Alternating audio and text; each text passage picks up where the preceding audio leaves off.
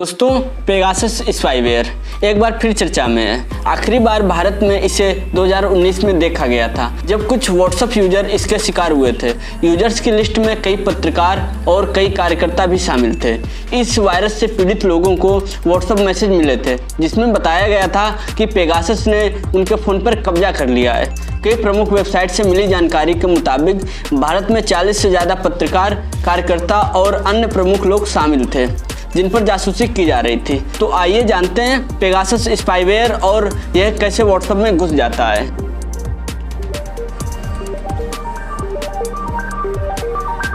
दोस्तों, Pegasus spyware को एक इजरायली कंपनी NSO ने विकसित किया है और पेगासस स्पाईवेयर के बारे में पहली जानकारी 2016 में मिली थी।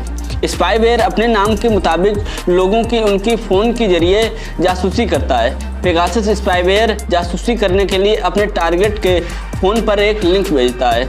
यदि टारगेट उस लिंक को क्लिक कर देता है तो जिस फ़ोन में मालवेयर या कोड के जरिए जासूसी होती है वो फ़ोन में इंस्टॉल हो जाता है।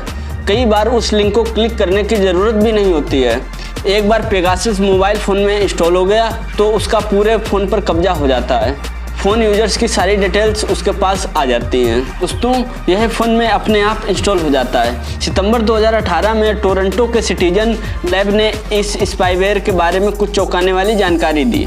बताया गया कि पेगासस स्पाईवेयर इतना खतरनाक है कि बिना यूजर के परमिशन के वो फ़ोन में इंस्टॉल हो जाता है और इसके ज़रिए जासूसी शुरू हो जाती है।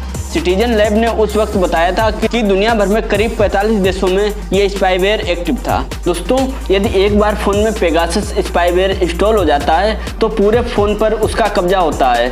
पेगासस अपने टारगेट के private data, password, content, list, calendar event, text message और लाइव वॉइस कॉल को स्पाईवेयर छोड़ने के लिए भेजता रहता है। टारगेट के फ़ोन का कैमरा और उसका माइक्रोफोन उसकी मर्जी के बगैर ऑन हो सकता है। स्पाईवेयर छोड़ने वाला फ़ोन के पास की सारी चीज़ें देख और सुन सकता है।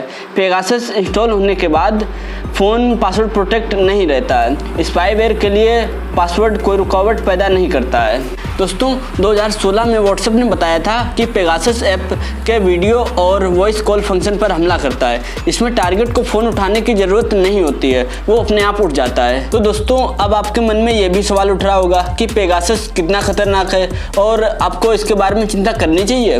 दोस्तों, जहाँ तक क्लासिक पेगासस का सवाल है, ये अब उतना उपयोगी नहीं रह गया है। आजकल इसके चारों ओर जो चर्चा है वह पिछले कई कारनामों की वजह से है, ना कि वर्तमान की वजह से। जब इसके बारे में जानकारी सार्वजनिक हुई तो एप्पल ने उन कमियों को ठीक करने के लिए iOS 9 का पैच जारी कर दिया, जिनका इस्तेमाल स्पाईवेयर आईफोन में हैक करने के लिए कर रहा था।